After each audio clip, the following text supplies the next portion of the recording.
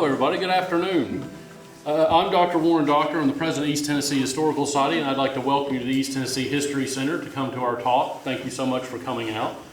And I'd also like to remind you, if you're not a member of the East Tennessee Historical Society, you should probably join up. Who's a member? Can I show by hand? All right, I like that. If you're not a member, please join. And you can support amazing programs like we're putting on today. And before we move forward, I just want to tell you about some upcoming things that we have happening. On November 13th, John Morton will be speaking about preserving the Walther Barn collection, which is sort of looking at taking care of archival film footage. And then we're very excited because on November 15th and 16th, we're having a symposium on the battle, the Civil War, the Battle of Fort Sanders and the Civil War in East Tennessee throughout the whole region. So we're very, very sort of excited about our Civil War symposium. So I'd like to encourage everybody to come to that can. That'll be a lot of fun. And again, that's November 15th and 16th. And now, without further ado, we're very excited to jump into this talk today. So I'm just going to invite, I guess, our convener. And I've had the pleasure of working with Dr. Amy Sayward now because she works on the Journal of East Tennessee History. We've had a lot of fun, I think, working on book reviews and gathering articles and talking about articles. She's a professor of history at Middle Tennessee State University. And without further ado, I'll turn over to you. Thank you, Amy. Thank you, Warren. Thank you. Hello, I'm very happy to be here today. Thank you all for coming. It was my delight to uncover the history of Tennessee's ratification of the 26th Amendment that lowered the voting age from 21 to 18. And as I went to the archives, I started looking at Victor Ashe's papers and realized, especially after reading the papers and meeting him, that Knoxville's two youngest legislators were primarily responsible for the fact that Tennessee ratified the 26th Amendment on the very first day that it was open for ratification. And so that story intrigued me. If you're already a member and have the most recent issue of the Journal of East Tennessee History, you'll find that article here. If you're not yet a member, you can pick up a Xerox copy of that. But it's such a delight to be able to bring these two men together who in 1971 were responsible for that speedy ratification. Victor Ashe, most folks know as the former mayor of Knoxville. Of course, before that, he was a state representative and a state senator, and also after being mayor of Knoxville, ambassador to Poland. Richard Krieg was also a former state representative for 2 terms before serving 47 years with the Lewis Thomason law firm, serving its Knoxville office here, and I think we have some members of that firm here today. So, let me give you a little bit of context about this 26th Amendment before we get started. Of course, youth start playing a much more active, visible, public role in politics in the 1960s through the Civil Rights Movement, through some of the anti-war movement. And then here in Tennessee, the Republican Party is on the rise in the late 1960s. Probably no one best represents that more than Howard Baker Jr., who of course runs first in 1964 for Estes Kefauver's unfinished Senate term, and surprised a lot of people by losing that election by less than 5%. And then, of course, when he runs again in 66 for that full term, he surprises a lot of folks by winning that election to the U.S. Senate by double digits. And it was at that 1966 election headquarters that Dick Krieg and Victor Ashe first met one another and started talking about running themselves for political office. And so I'm going to ask them to share some of their memories about what was it like to be a Republican in the Tennessee legislature in the 1960s and to be running for election at that point in 68. Dick, you go ahead. Well, I certainly remember and I've been to these things before, and the streaming audience out there needs to be able to hear the microphone, so I will talk into the microphone and tell them we appreciate you watching. We got a standing room only crowd here. I've been assured the camera is high enough that it doesn't show the crowd. But in 1966, my really first involvement in politics at all was when I met Howard Baker during a campaign stop in Rogersville, and it was on a Saturday morning, and I was from Morristown, and was on the summer break from school here at UT, and we talked, and I talked to some of the other people that were his volunteers, and I came to work in the statewide headquarters, which was right here in downtown Knoxville, across the street, essentially. It was an exciting time. He was a very dynamic person who could relate with everyone, and I was so excited to work for him that it really got me energized and interested in politics. Now, Victor had an important role in the campaign. I did a little bit of everything. I wrote letters, I put up signs on telephone poles in East Tennessee. I traveled with a gentleman named Bill Hamby, who was a field representative during the campaign and later on. So I did a bunch of things while Victor was churning out press releases. I guess that's where he first learned how to do that. I don't know. But that's where he and I met and became friends as we developed a friendship and continued through the years. Well, thank you very much. First of all, I want to recognize we're fortunate to have two distinguished federal judges here with us, Chuck Ashley and Tom Barlow. And I know this isn't the subject, but Tom Barlow was one of my first interns when I became a state senator. Victor, before that, he worked for our law firm. And anyway, we too have been friends ever since. And then, of course, you couldn't, one of Knox County's and City of Knoxville's longest office holders, Ed Schaus, who's held down every office there is below, is here with us today. And I also don't want to fail to recognize Carolyn Jensen, whose late husband Tom Jensen was in the legislature with us and was the Republican floor leader for several years. But no, Dick told the story right. Well, I first got involved in state politics in 1964, when it's one of the few times that Tennessee had two Senate seats up for election. Estes Kefauver had died and had been replaced by Hub Walters from Morristown by Governor Clement's appointment. And so that was an open Senate seat, and there was a heck of a primary between Congressman Ross Bass and then City Governor Frank Clement, which Bass won in that year and lost 2 years later. But anyway, the other senator was, of course, Albert Gore Sr., who was running for another term in the Senate. And I worked for Dan Kirkendall, who was during the summer only because I was still in college. As sort of a driver, he was a young businessman from Memphis who decided to run for the open Senate seat.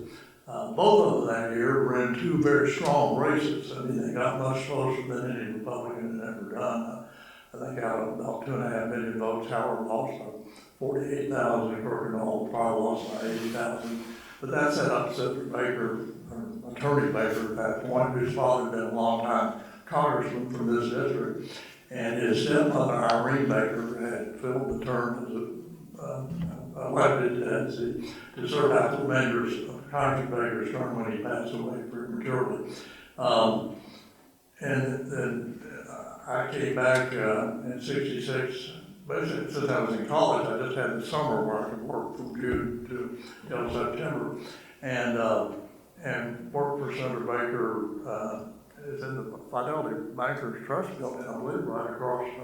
Well, those days there was a tailor shop and Miller's department store across the street. But anyway, it was a huge staff of about 5 people, and one who was a young attorney named Lamar Alexander, who was sort of in charge, and as Dick pointed out, I wrote news releases, many of which I sort of picturized from the Congressional Record because I didn't really know exactly what to write and what Howard Baker wanted to say.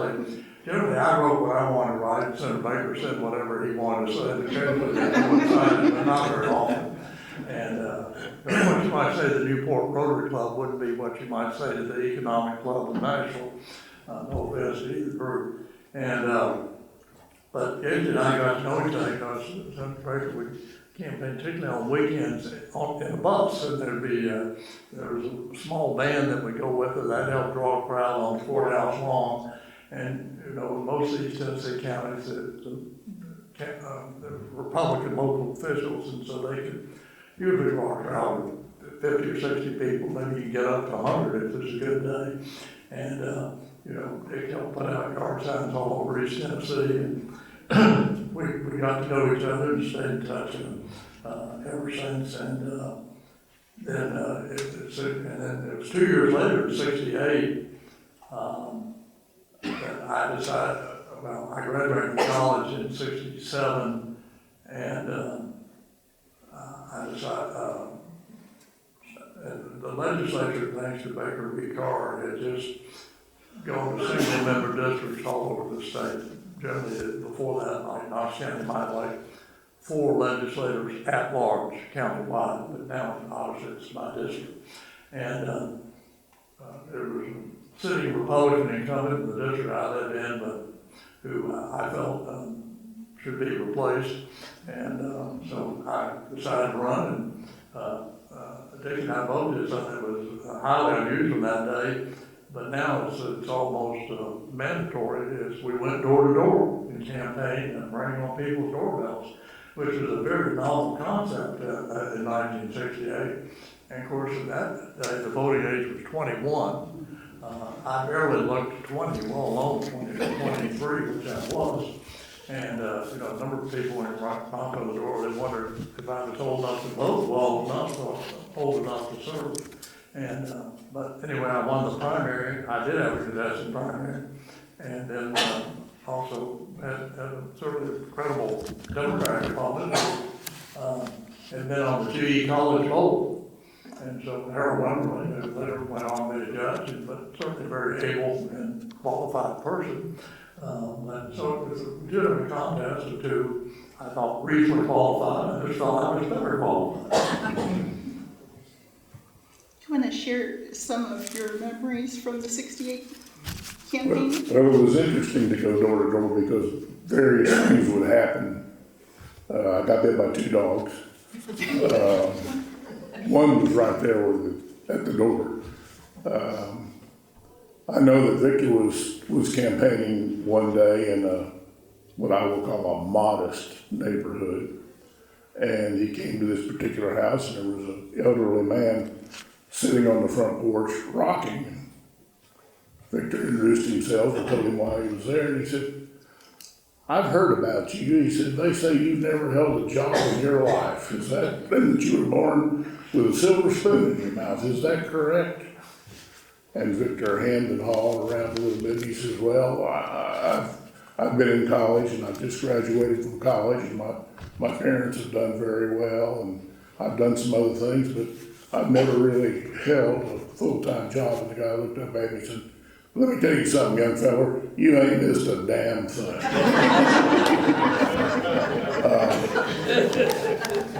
I was campaigning one day going door to door, and I noticed when I went to this particular house that there was a woman in the back of her carport on her hands and knees. So I just walked right in and walked up to her, and she turned around and said, "I just painted that floor." And I said, "Oh my goodness, how do I get out of here?" She said, "The same way you came in." And I turned around. As I turned around, I said, "I'm running for state representative. My name is Randy Humble," who was my opponent. And he only lost by 247 votes. And I have shared that story with him numerous times, and he and I have been friends and remain friends. So the 1968 campaign was one that had state significance and national significance. Of course, Richard Nixon ran a Southern strategy and won a majority of the votes in Tennessee. Also on the ballot in 1968 was whether or not Tennessee should consider amending its constitution in order to lower the voting age. What do you think voters thought in 1968 about lowering the voting age? Absolutely not. Especially, they had images from the Democratic National Convention and some other events from that summer that led a lot of folks to think that maybe 18 to 20-year-olds weren't ready to handle the responsibilities of full citizenship. But on the same hand, they elected these two gentlemen in 1968 to the state What were they legislature. thinking? I don't recognize them. They were the two youngest members of the state legislature, and you might have imagined that they'd be a little intimidated by the whole process of being the youngest members of the legislature, but that was definitely not the case. They also had the opportunity to serve for the first time that Republicans would gain control of the state house in more than a half century. And so I'd like them to share a little bit about your experiences serving in the legislature in 1968 and how you prepared for those legislative sessions. Well, I have to say that 56 years ago, if a thought ever went through my mind that 56 years later there'd be an academic article written about what we did and how we did it, and that I would be here today talking about it, I would have said you're crazy. I never would have thought about that. And by the way, if you don't have this and haven't read the article, let me just say it's a brilliant article, very well thought out. Thank you. And I appreciate all the kind words you said about Victor and me. We were the two youngest, and I guess everybody else in the legislature certainly knew that. There were some things that we did that were different from other people. We actually read the bills each night that were being presented. Well, you laugh, but you need to understand there were no offices for legislators. There were 7 secretarial assistants for 99 members. And we would do this in our hotel room across the street from the state capitol every night. And we would actually go through and read them, so we were prepared. And the other thing we did, and I remember this very clearly, after we both got elected, we went out and we bought books, handbooks, pocket-sized books of Robert's Rules of Order, because that's what the legislature followed. They adopted that every session. So we read the rules, and we actually knew the rules. And we knew the rules sometimes better than the speaker did. And there were times that we would stand on personal privilege or whatever it was back then and raise the rule, and the parliamentarian would have to look through and find out that we were right. So I think being prepared by reading the bills and being prepared on how they operated gave us some credibility beyond just what we might have had. And this is the way we dressed when we were in the legislature. That's the way they dress now, I guess, which is much more comfortable. But I consider this my retro outfit today. It was a really exciting time, and when we were elected in 1968, I mean, the country obviously had nearly elected Richard Nixon over Hubert Humphrey, and George Wallace was a candidate, but the legislature, for the first time in history, the voters of the state elected 49 Republicans, 49 Democrats, and 1 independent. So if the 49 of each party voted for their candidate, then the 1 independent would determine who got elected speaker. And no one quite knew what was going to happen. 1 independent was from Orange County, Tennessee. He had a beard, he was an instant Santa Claus, and when you looked at it, J.P. Kimball. And he had run for office on the grounds that he wanted to change the law to allow the mob attorney serve as Sessions Court judge in Orange County, Tennessee. He'd been elected to that position, but was disqualified both times because he didn't have qualities. And that was his reason for running, and he won the election. Of course, no matter how everybody thought it out, but if he wanted to get it passed, it had to pass both houses, which really meant he was gonna have to vote for the Democrats and the candidate in the House to keep the Democratic controlled Senate on board. If he voted for the Republican, the Democratic Senate would probably deep six his sole reason for running, and that'd be the end of that. Little did we know, and our delegation had an African-American, Bob Booker, who recently passed away, but he'd been elected. And it was his second term, and at that point, I think we had 6 or 7 African-Americans, national Memphis and one in Knoxville, that was it. Not like today. Bob and the Republican candidate for Speaker, well, actually Tom Gibson was candidate along with Bill Jenkins, but in terms of the caucus, Jenkins won the caucus choice. And in fact, I would point out, it's, Dick and I went up to Rogersville about 4 weeks ago or 5 and had lunch with Bill Jenkins, who's 88 now. And the 99 members who took office in January of '69, you know how many are still living? You're looking at a third of them right now. There are 6 of us. Bill Jenkins, the 2 of us, plus Tom Shoemake from Flavor County, and 2 from Sullivan. They're all East Tennesseans, so there must be something in the water that keeps it going. There was an advantage for being young, Victor. What? There was an advantage in us being young. Anyway, and in the state senate, only 2 of the 33 are still around. Tom Garland and from Greenville and Bill Bruce, who now lives in Georgia. Anyway, Jenkins was on a pretty good social basis with Bob Booker. And unbeknownst to any of us, he had sought Booker out and told him he'd appreciate his vote.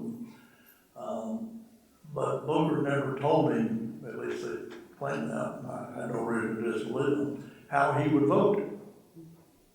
He just said he'd think about it. Well, it turned out that we found later that the Democrats were not treating Booker very well.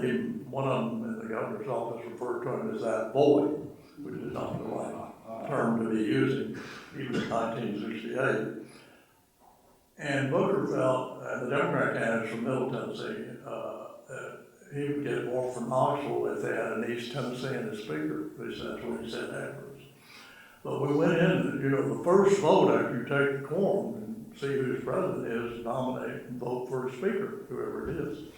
So the 2 candidates were the Democrat and the Republican, and it was called in alphabetical order. So Ashe comes like number 3 or 4, and Booker's like number 7 or 8. Of course, everyone's assuming Booker will vote for Pat Lynch. And he says, Bill Jenkins. Just, you could have heard a pin drop. I mean, everyone was, it didn't matter what J.P. Campbell did then. I mean, that was down to the case. I mean, it was over. And so Bill Jenkins, and it ended up Campbell actually voted for Jenkins, so it was 51-48. But it was a very exciting, the galleries were full, the TV was there. Not only, you hadn't had a Republican House in, 50 years. You still hadn't had a Republican governor since Hooper from back in the 20s or 30s, whenever it was. And, and also the legislature had only then begun meeting annually. It used to meet once every 2 years, and then for 2 months and went home and didn't come back for 2 years. That day's gone. So it was a very different time. As Dick said, you had no office. There was a secretarial tool down in the basement where you might get a letter written once or twice and typed out. And your desk was where all the bills were. By the end of the session, where you had 800 bills introduced, you almost had to stand up to look over the desk and be seen because there were these huge piles of papers in front of you. But and you had no staff. I mean, in a committee, you might have someone who could pull the bill out, but it's not anyone who had researched it. Maybe it's a 100-page long bill, and very technical, and you basically just had to rely upon what the administration said, and then if it was submitted by different interest groups, so what they said, and you hope they were telling the truth.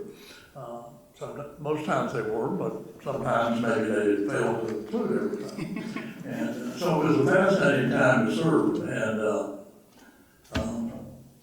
but I guess the first 2 years were somewhat uneventful in the sense we didn't have anything like the 26th Amendment. That came in the next section after we were elected. And I think part of what led to that was you had a dentist from Memphis, first Republican in 50 years to be elected governor. No background in her own public office, he'd been a dentist, active in politics, but not in terms of holding office. But he had one of the most charismatic personalities that would charm anybody. And he gets elected, and he comes up with a novel idea, maybe we need a state kindergarten system, which in those days was quite progressive. And today we think nothing of it. Of course, there's always been a kindergarten system. Well, the answer is no, there hadn't been. But he was the one who pushed it. And but at that time, the Congress had submitted, with not a lot of debate, the 26th Amendment. And remember now, we had 2 states, or maybe it was 3, that had already allowed 18-year-old voting. One was Georgia. The second was New York State. And I think the third was either Montana or Wyoming, one of the western states, not I think Kentucky.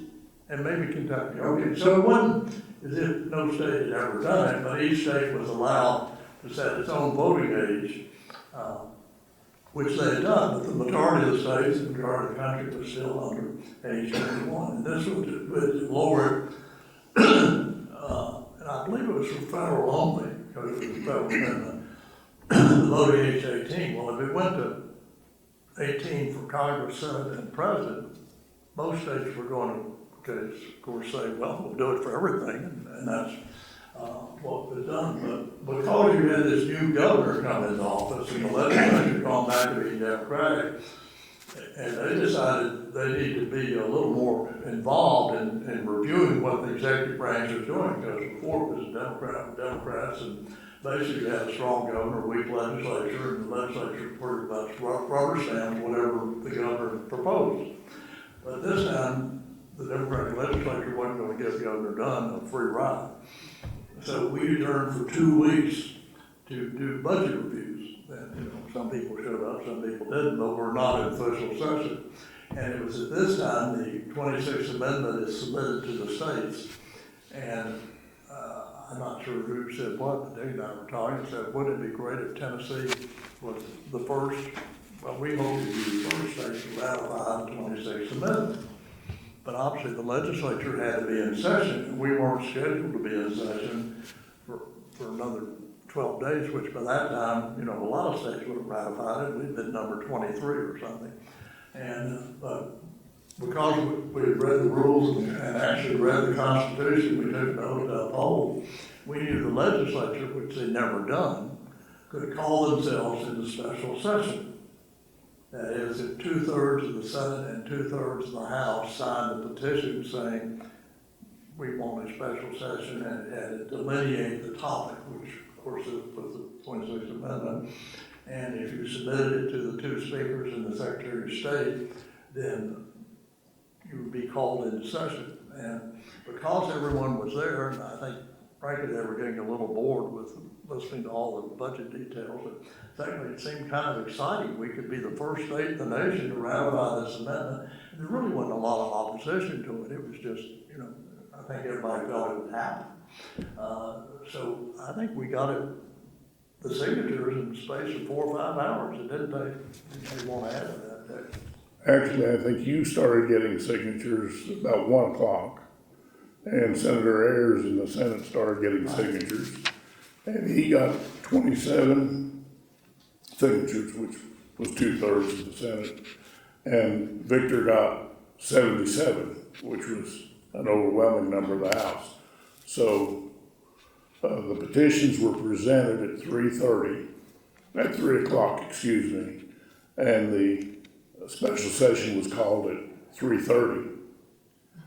And we met, and more than a majority supported both, so there was very little discussion. It passed the House, passed the Senate, and the governor signed it at 5:30. no legislation has likely ever been passed that quickly before or after. But the environment was right for that to happen. There had been a U.S. Supreme Court decision that said, well, 18-year-olds, if this amendment is not passed, 18-year-olds can vote in federal elections, but they can't vote in state or local elections. And that just scared everybody to death. You have to have 2 elections, you have to have 2 sets of ballots, and it was very expensive. And so that probably had as much as anything to do with it, frankly. And it passed over a period of from 1 o'clock and was signed by 5:30. You were pretty quick back in those It was days. a fact, there was no question about that, I always ever repeat it. So in India, which you referred to, Amy, there was a lot of discussion going on for lowering the voting age in 18. Of course, you used arms, you could go fight and die for your country and be drafted and all that. But we should lower the adult age to 18, which would cut both ways.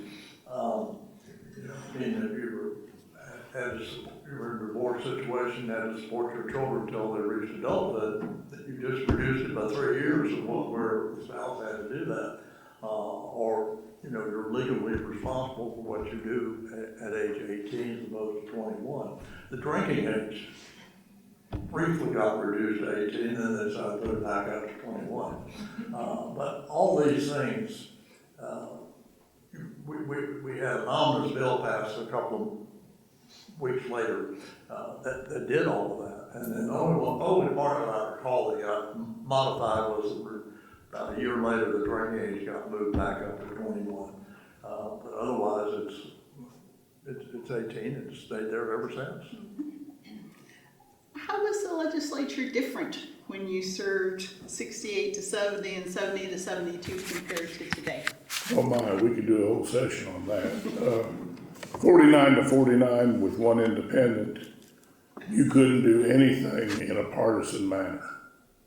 I would say that in my 4 years in the legislature, there were only about 5 votes that were partisan, and one of them was who's going to control the election commissions in each county. So you didn't do anything on a partisan basis.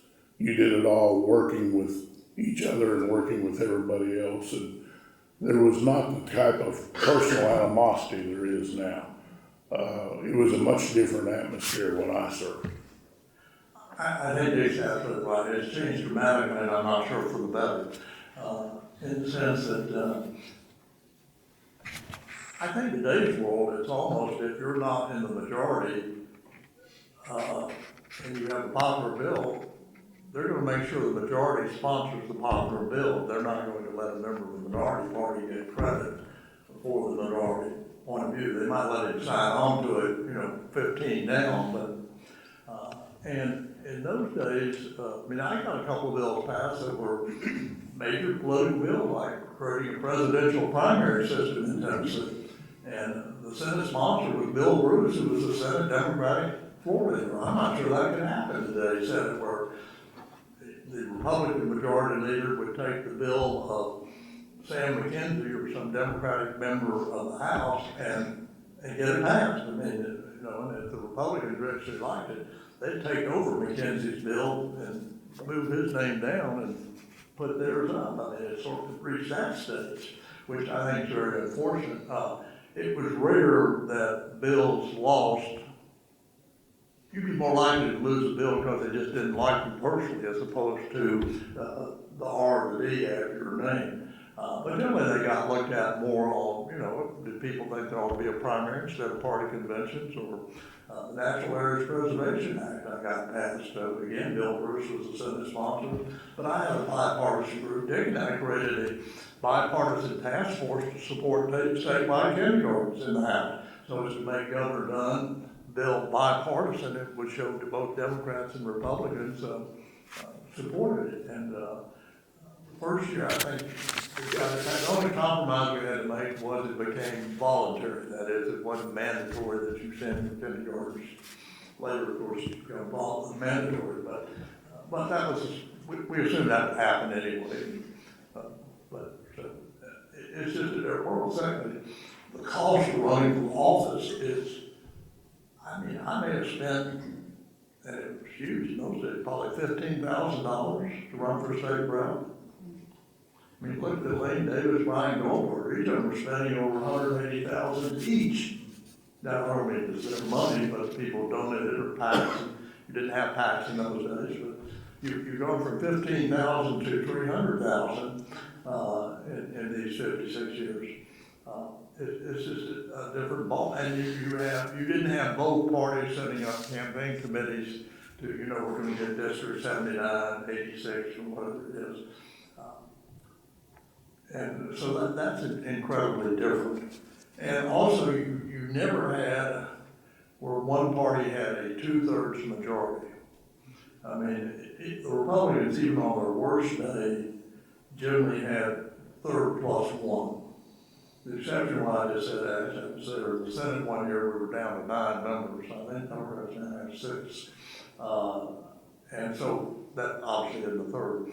But you have Speaker John Wilder, whose middle name was bipartisan, and who's still named, you know, Republican committee chairs, not many, but a couple, and treated everybody very fairly. And so it really didn't, if your bill didn't pass, it wasn't because you had an R after when we were down to 9, it's because, you know, the majority just didn't agree with you. And that's different. So one of the innovations that the two of you helped bring was a weekly press conference and regular communications with your constituents. Talk a little bit about how that came about. That was something new in 1968. You know, Victor and I really haven't talked about how that came about, but I think the week before the first election in 1968, Governor Ellington came to Knoxville to support the Democratic candidates. And guess who shows up at his news conference? The two of us. And we held a news conference immediately after Governor Ellington spoke and said, if you folks in Knoxville want roads and want interstates, then you need to elect Democrats to office. And needless to say, that gave us a little fodder to talk about. And we did, and it got publicity, Victor, in the Journal, which was Republican leaning, and the Sentinel covered it. At that time, there were 2 papers. So when we got to the legislature, we enjoyed that so much. We got together with a colleague, Charlie Howell, in Nashville, and every Monday the legislature would go into session about 6 p.m. and they would adjourn Thursday afternoon, so you would have a long weekend at home. But every Monday at about 5 p.m., the 3 of us would hold a news conference to talk about various subjects, and we called it the Vic, Dick, and Charlie Show. So now it's the Vic, Dick, and Amy Show, I guess. But we laughed at ourselves doing it, but we also got coverage and we got recognized, some good and some bad, for knowing what we were talking about. Well, the name of it actually, nobody here is old enough to remember, but in the 60s, when Kennedy was president, the Republican response was the Ed and Charlie Show, which was Everett Dirksen and Charlie Howell. Howell gets beat and becomes Jerry Ford. But you had, and they were the Republican opposition, as such as it was in those days, to Jeff F.K. and then later Lyndon Johnson. So, you know, we come along in 68, of course, Lyndon Johnson's left office, but we thought, well, we'll call it the Big Dick and Charlie Show. And, you know, and furthermore, we latched on the fact, legislators just didn't give news conferences. They just didn't do that. And so the media in those days was every major newspaper in the state had at least one full-time journalist at the state capitol. When we had 2 papers, both the Journal and the Sentinel had a full-time. Sentinel actually had 2 at one time. Commercial Appeal, the Press Senator, the Free Press, the Chattanooga Times, the National Banner, all of them. So you had a huge press corps. And to be honest, on Monday, they were hungry for news. And if it was 3 sort of rambunctious, independent-minded Republicans were prepared to get up and talk about this or that was news. And so it got covered. And the only surprising thing to me is no one else picked up on it and did it themselves. Some of the legislators didn't particularly like it. but, but we did. Let me give a little backstory on the 26th Amendment, which had a really odd history. It took me a while to figure out what had happened because although there were hearings in the U.S. Senate about potentially amending the Constitution, that's not where the 26th Amendment came from. Instead, Democrats who controlled the U.S. House and Senate believed that if they could enfranchise young people, then Richard Nixon wouldn't get reelected in 1972. And the person on the floor of the United States Senate who wanted to take on amendment of the Voting Rights Act of 1965 was Ted Kennedy. He was a little worried about his own reelection because he'd just been found legally liable for the death of Mary Jo Kopechne. So he was a little worried, and they added on the floor of the U.S. Senate an amendment of the Voting Rights Act to lower the voting age. President Nixon signed it, and at the time that he's signing, he says, I think this is unconstitutional. He asked the Attorney General immediately to get a test case before the Supreme Court that resulted in the case that Mr. Krieg talked about, which was a 5-4 decision that said the federal government can lower the federal voting age, but not the state voting age. So that was a little bit of a problem, and the solution was the 26th Amendment because states said there's no way we can manage this sort of bifurcated election system. So here you have a political cartoon from the time showing President Nixon and the Democratic Party trying to get ahead of the wave of youth voting. No one wanted to seem to be opposed to that legislation when it finally started moving forward. And then we have Tennessee's ratification process that I already chatted about. One thing that Mr. Ashe didn't mention was he had written to Senator Baker and said, hey, we want to be the first person. Can you let us know about the timing and the exact wording so that we'll be ready to go for that? And of course, probably the quickest ratification ever. But Mr. Ashe, you want to talk a little bit more about that sort of process of bringing everyone together for the special session? Well, yeah, I mean, as Dick pointed out, in a matter of hours, literally, we circulated this and got the 27 signatures in the Senate, 77 in the House, so it was convened.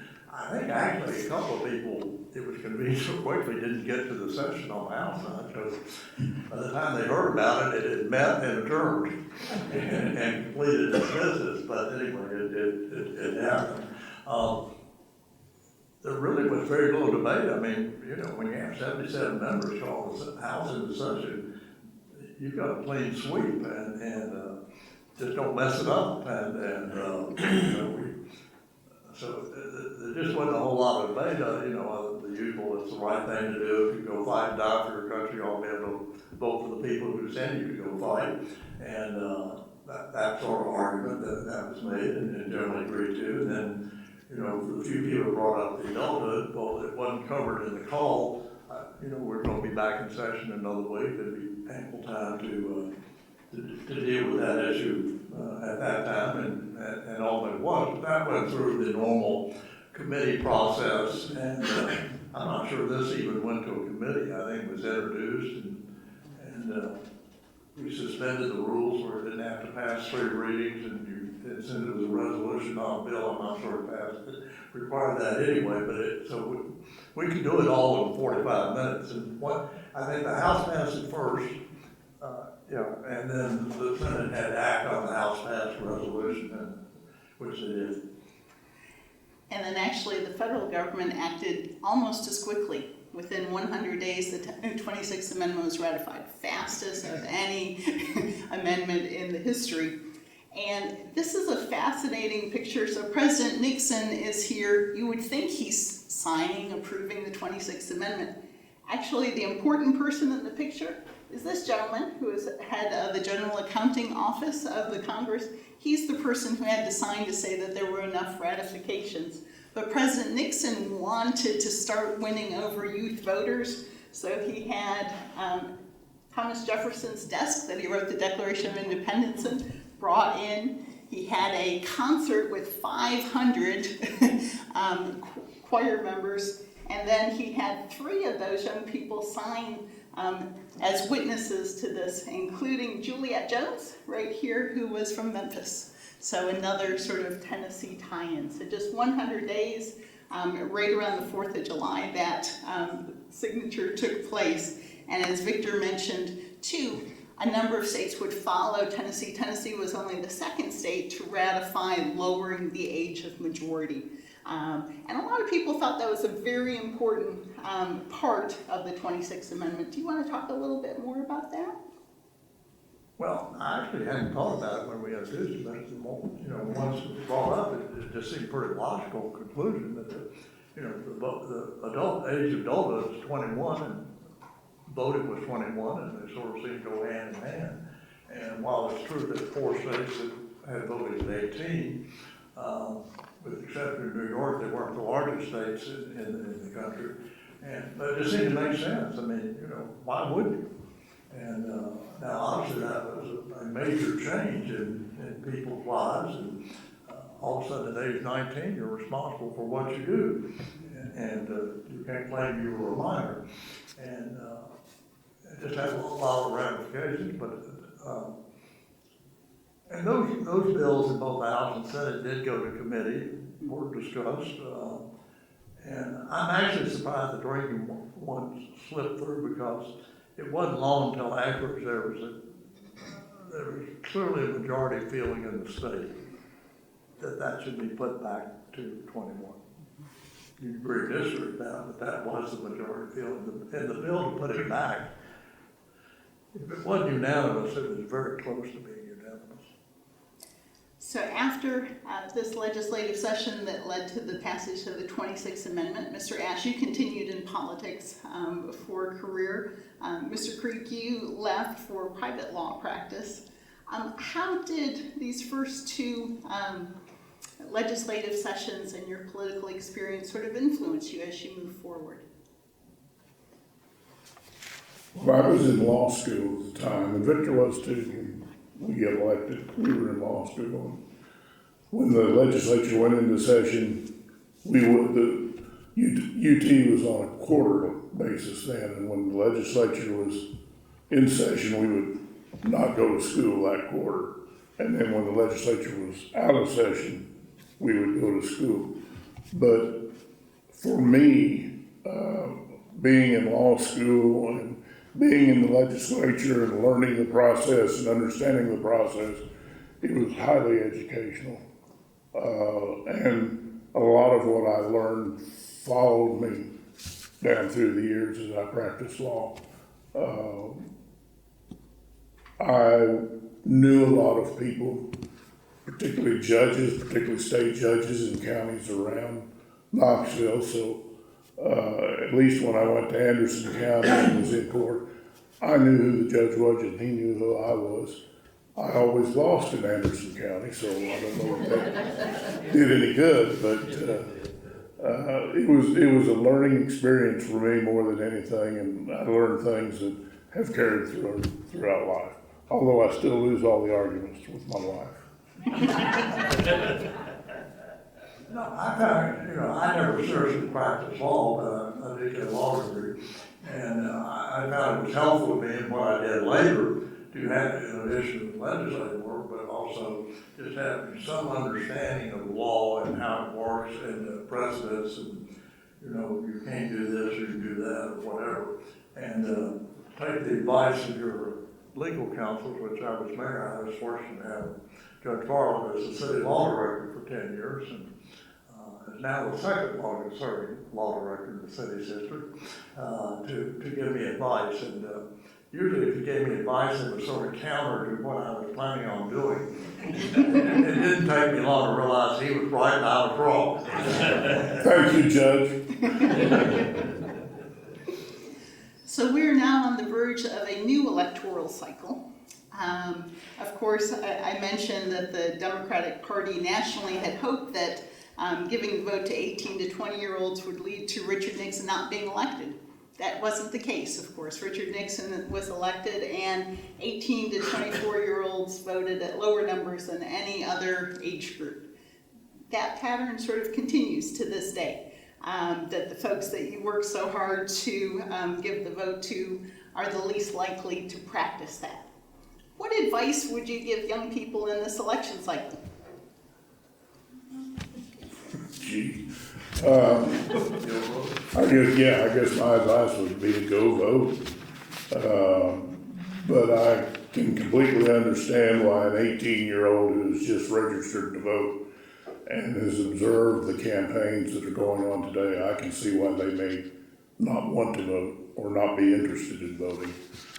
But we've got to do things better, and hopefully that'll be an age group that if they don't vote now, when they get a little older, they probably will. But I am disappointed that more haven't voted.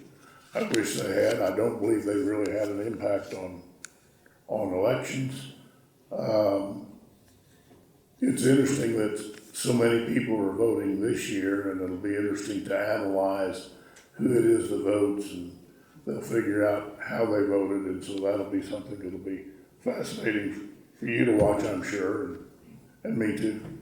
Well, it's interesting, we've got to, people, that's the right thing to do, vote at the voting age 18. I like to be able to sit here and say it resulted in a substantial increase in voter participation. The answer is no, it hasn't at all.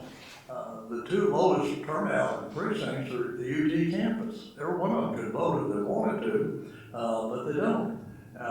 And here we're having, a massive early voting turnout, which is great in Knox County. But the figures that Chris Davis, who's the administrative election commission, has sent out are fairly shocking when it comes to youth. I mean, it's still 55% of the 120,000 people that have voted as of last night in early voting are 55 or older. I could be wrong on this. I know that they set up a new voting place, early voting place, at the Baker Center on the UT campus beginning this week, I think. Yeah. And I think I read in the paper that 7,000 people had voted. 700. 700? That's not as many as 7,000. But it'll be interesting to see.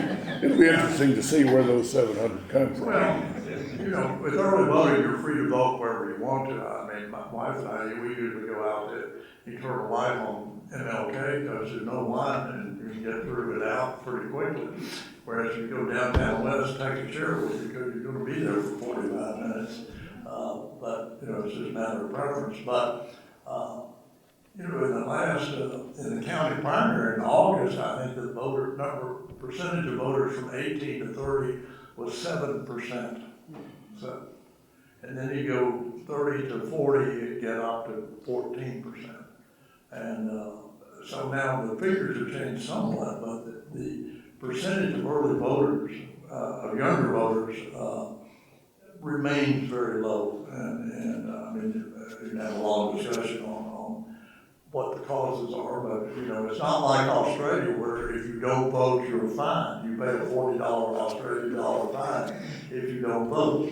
I don't think we can get away with passing a law like that.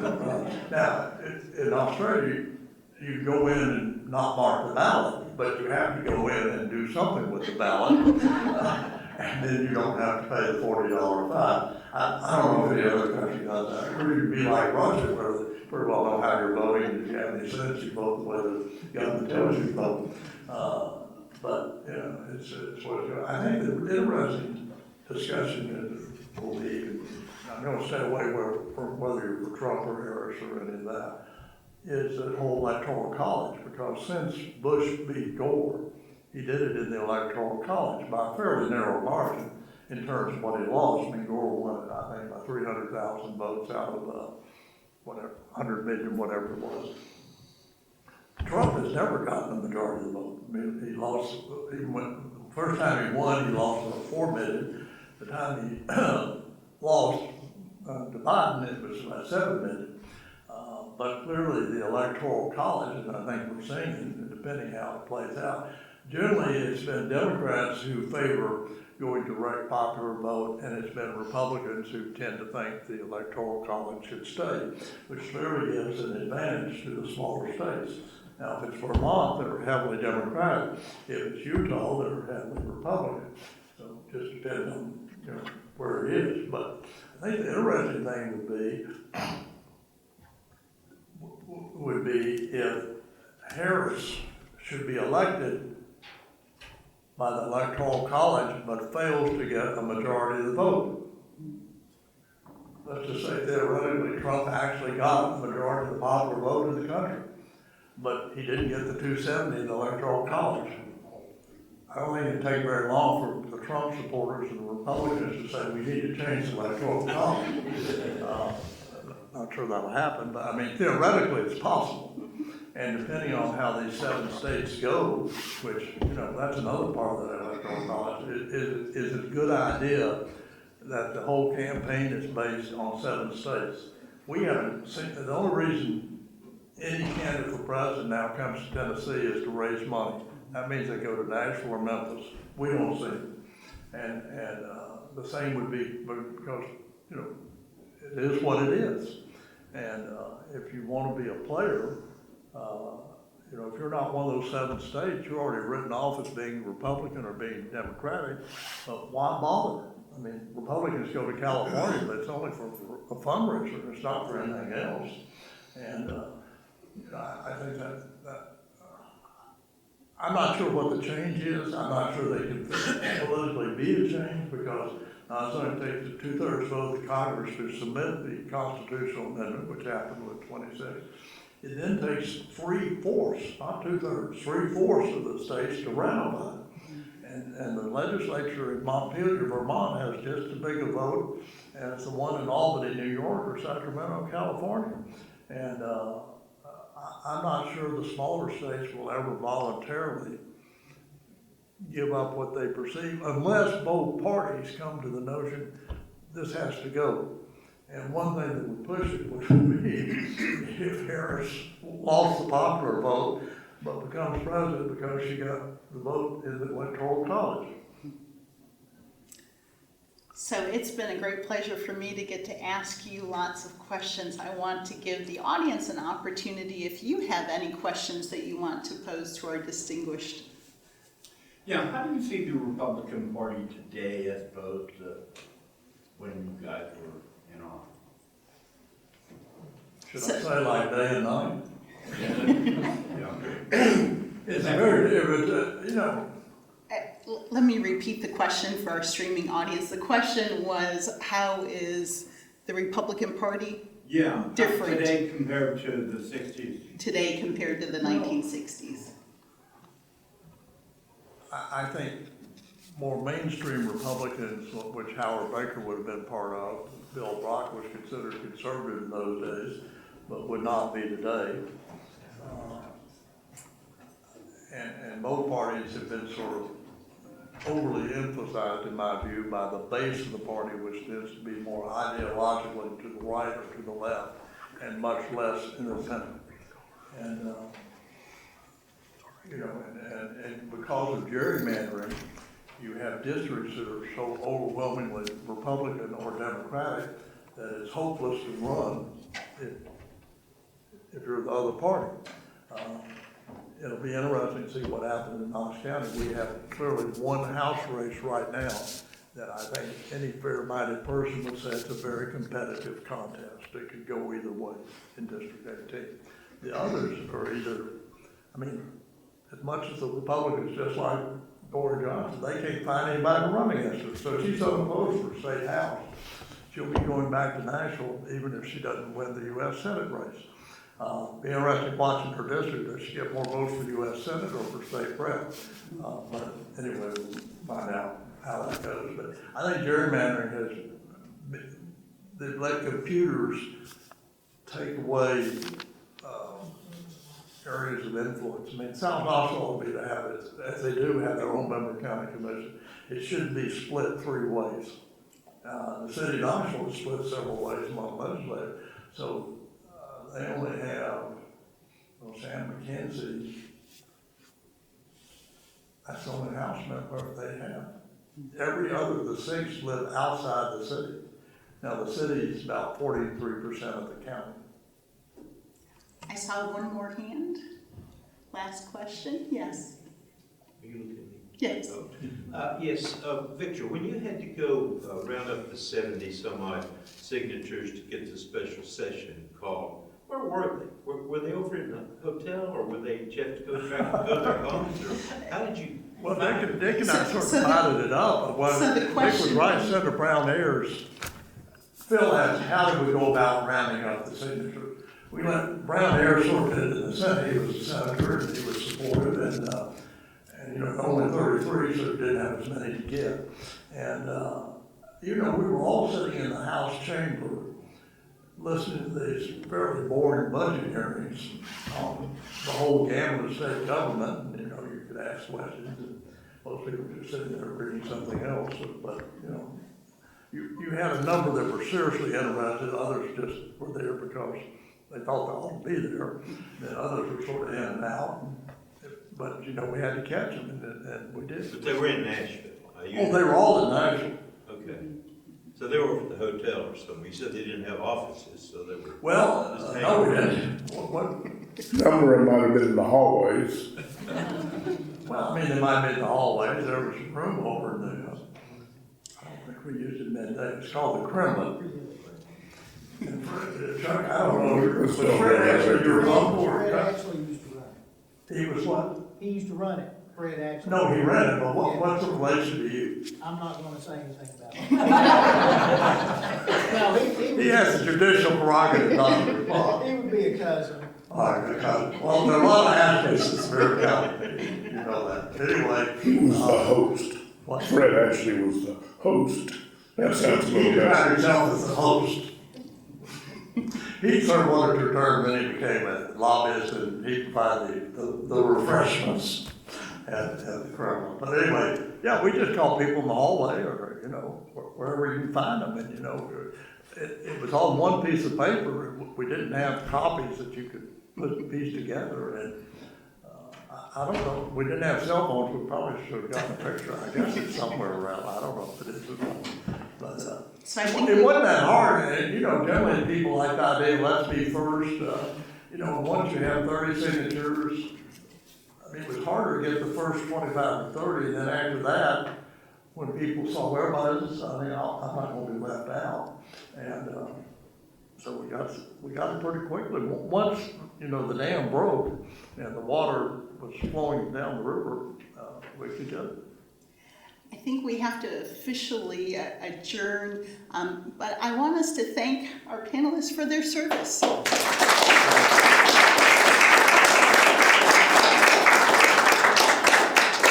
And I do have copies of the article about the 26th Amendment if you're interested in reading about it, and I'm sure that our panelists would love to chat with you before you go. Well, Amy, thank you for even writing.